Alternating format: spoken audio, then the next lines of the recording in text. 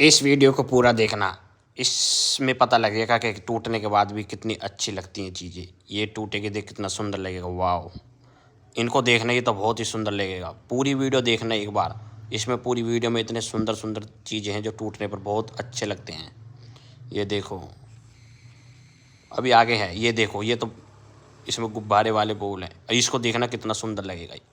ये गुब्बारा है, सारे रंग बिखर के कितना सुंदर लग रहा है। ये स्प्राइट है शायद, ये तो पहली सीढ़ी पे ही टूट जाएगी।